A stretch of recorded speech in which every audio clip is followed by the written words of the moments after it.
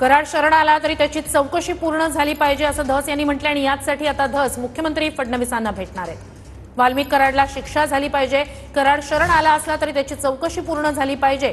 सुरेश धस थोड्याच वेळात ही मागणी करण्यासाठी मुख्यमंत्री फडणवीसांची भेट घेणार आहेत। बीड हत्या प्रकरणासंदर्भात चर्चेसाठी सुरेश धस फडणवीसांना भेटणार आहेत। सीआयडी तपासात दिरंगाई होत असल्याचा आरोपही सुरेश धस यांनी केलाय।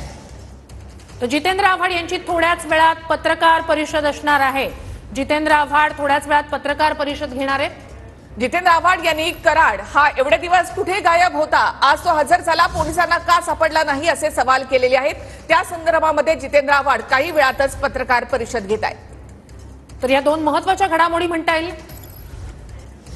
संदीप क्षीरसागर हे सुद्धा सह्याद्रीवर आता दाखल झालेले आहेत।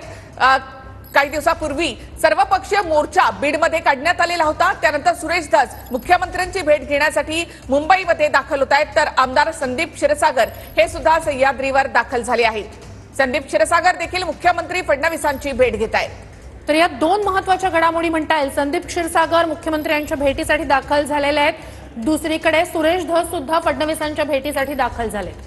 तर बीडमध्ये नेमकं काय सुरू आहे, कराड हा शरण आल्यानंतर तिथे काय प्रतिक्रिया उमटलेल्या आहेत, थेट आपण जाऊयात बीडमध्ये आमचे प्रतिनिधी कृष्णा यांच्याकडे। कृष्णा, आत्ता सध्या कराड शरण आल्यानंतर काय प्रतिक्रिया उमटत आहेत बीडमध्ये?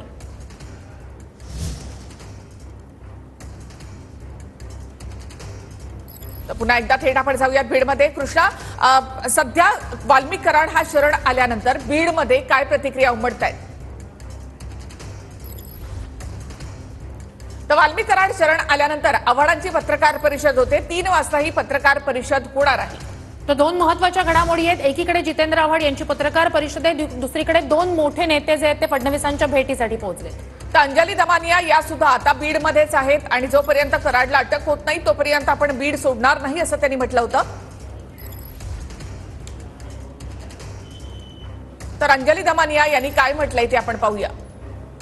आज त्यांना फायनली अटक झाली आहे, खरंच बरं वाटतंय। जर पुण्यामधनं ते सापडले असतील, 17 तारखेला शेवटचा कॉल त्यांचा पुण्याचा होता, आज 31 तारखेला जर ते पुण्याहूनच मिळाले असतील तर याचा अर्थ ते पुण्यातच होते। आणि मला खरंच हे वाटतंय की आपली पोलीस यंत्रणा आणि पूर्ण गृह मंत्रालय खरंच कॉम्प्रोमाइज्ड आहे का, हा पहिला प्रश्न पडतो। कॉम्प्रोमाइज्ड आहेत हे सगळे राजकारणी, एकमेकांच्या हातात हात घालून आहेत आणि जसं आपण बघतो त्यांचे सगळ्यांबरोबर संबंध होते। काय हे गुन्हेगारी लोक जर सगळे अशा राजकारण्यांबरोबर संबंध ठेवत असतील तर आपल्याला न्याय कधी मिळणार हा सगळ्यात मोठा प्रश्न पडतो।